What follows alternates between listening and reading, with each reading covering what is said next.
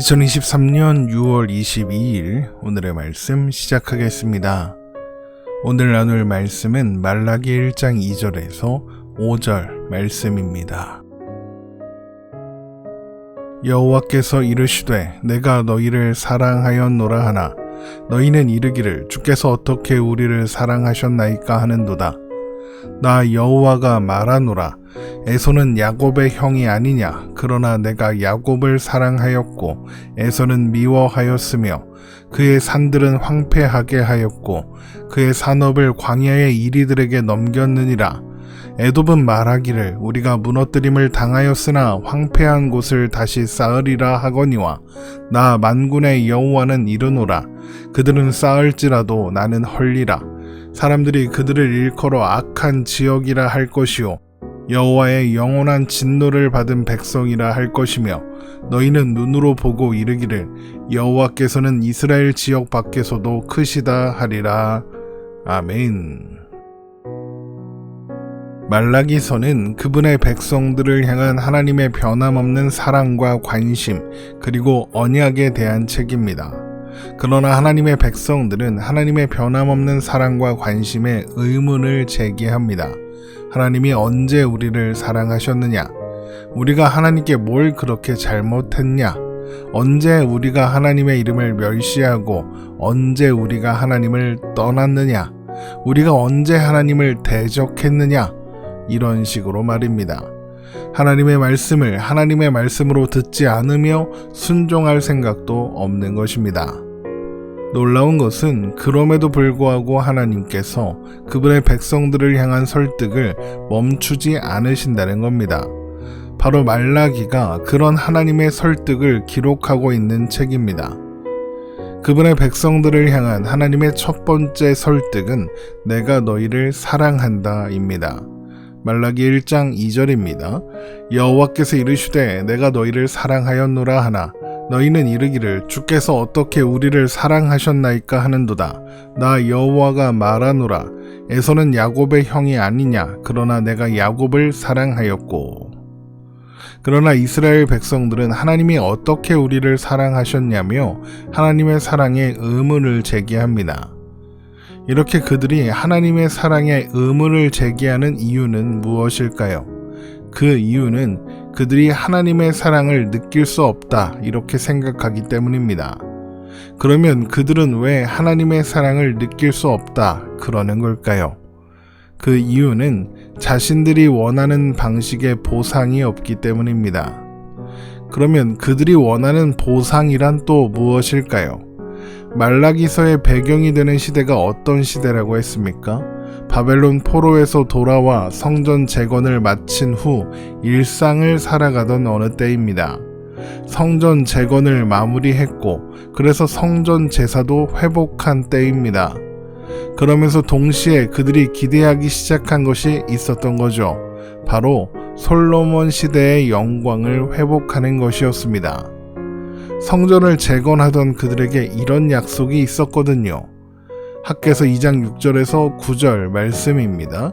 만군의 여호와가 이같이 말하노라. 조금 있으면 내가 하늘과 땅과 바다와 육지를 진동시킬 것이요 또한 모든 나라를 진동시킬 것이며 모든 나라의 보배가 이르리니 내가 이 성전의 영광이 충만하게 하리라. 만군의 여호와의 말이니라. 은도 내 것이요 금도 내 것이니라. 만군의 여호와의 말이니라. 이 성전의 나중 영광이 이전 영광보다 크리라. 만군의 여호와의 말이니라. 내가 이곳에 평강을 주리라. 만군의 여호와의 말이니라.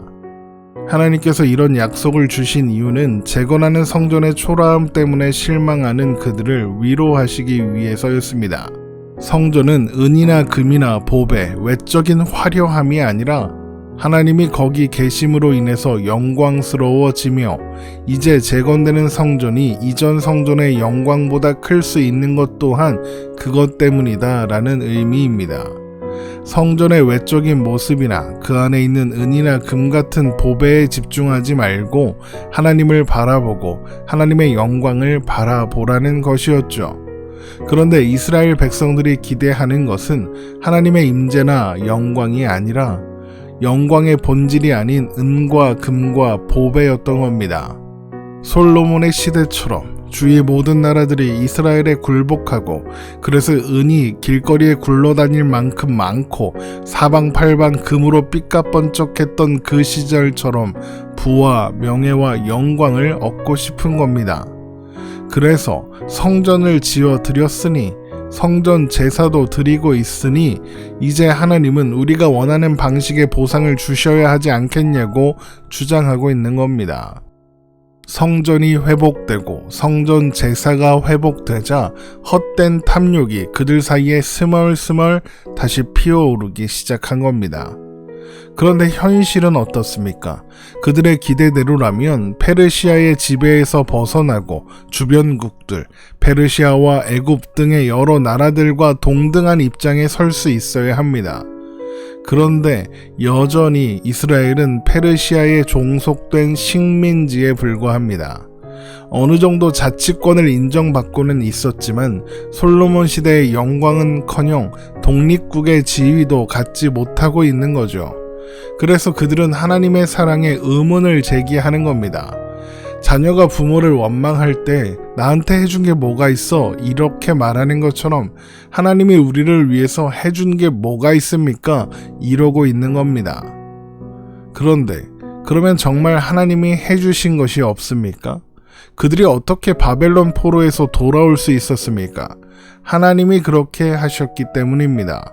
그들이 어떻게 성전을 재건할 수 있었습니까?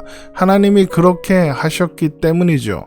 아니 애초에 그들이 어떻게 민족을 이루고 국가를 이룰 수 있었습니까?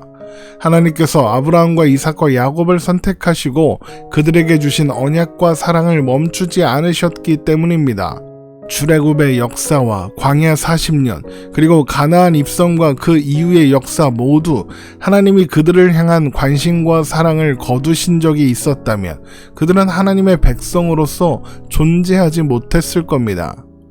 하나님은 끊임없이 그들의 죄와 반역을 용서하시고 공경에 처할 때마다 회복시켜 주셨으며 대적들에게서 구해주시고 그들의 필요를 채워주셨습니다. 그들의 기도에 응답하셨으며 그들의 속죄를 위해 제사장과 희생의 제사를 마련해 주셨습니다. 그들을 가르치고 위로하며 격려하시기 위해서 수많은 선지자들과 하나님의 사람들을 보내셨습니다. 그들을 향한 하나님의 사랑이 멈춘 때가 단 한순간도 없었던 겁니다. 그러나 그들은 하나님이 그들을 사랑하셨음을 부인합니다. 이것은 하나님을 부인하는 것이며 그들을 자기 백성으로 삼으신 하나님의 은혜를 부인하는 거죠. 그러나 하나님은 그들을 향한 설득을 계속하기로 하십니다.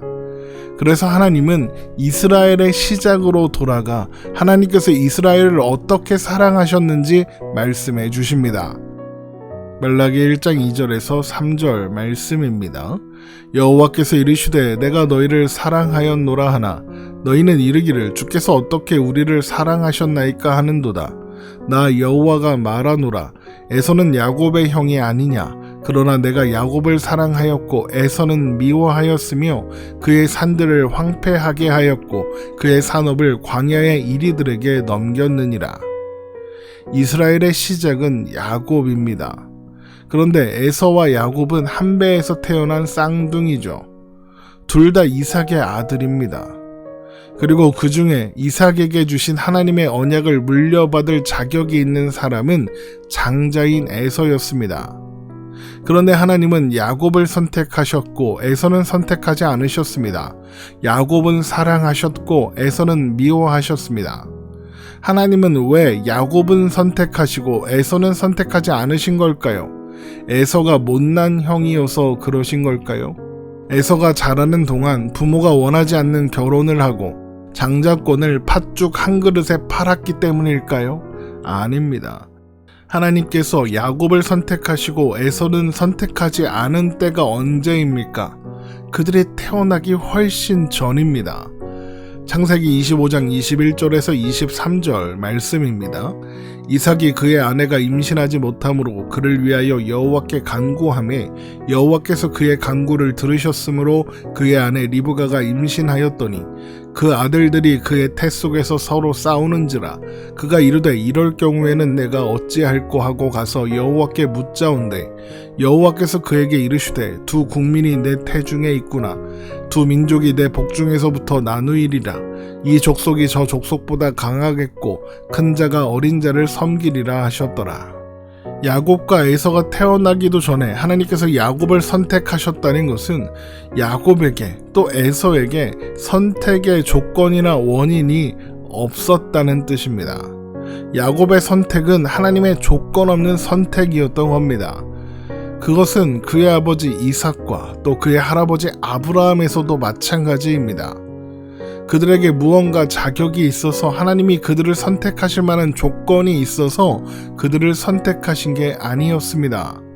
하나님의 조건 없는 선택으로 인해서 그들은 하나님의 백성이 되었고 그 후손인 이스라엘 백성들도 마찬가지입니다. 이스라엘을 향한 하나님의 사랑은 하나님의 선택으로 시작되었고 하나님의 언약으로 드러났던 겁니다. 그렇게 하나님은 야곱을 돌보시고 그의 후손인 이스라엘은 돌보셨지만 에서와 그의 후손인 에돔은 돌보지 않으셨습니다. 에돔은 끊임없이 무너진 것을 다시 쌓으려고 했지만 하나님이 그들을 지키지 않으심으로 그들이 아무리 잘 쌓을지라도 다시 무너질 수밖에 없었습니다. 말라기 1장 4절입니다. 에돔은 말하기를 우리가 무너뜨림을 당하였으나 황폐된 곳을 다시 쌓으리라 하거니와 나 만군의 여호와는 이르노라. 그들은 쌓을지라도 나는 헐리라. 사람들이 그들을 일컬어 악한 지역이라 할 것이요 여호와의 영원한 진노를 받은 백성이라 할 것이며. 에돔이 하나님의 영원한 진노를 받은 백성이 된 것, 그들이 쌓을지라도 하나님께서 헐겠다고 하시는 것을 보고 하나님께서 그들을 특별히 미워하시는가 이렇게 생각할 수도 있겠습니다. 그러나 그들이 쌓아도 쌓을 수 없고 하나님의 영원한 진노를 받은 백성이 되는 것은 하나님께서 그들을 선택하지 않으셨기 때문입니다.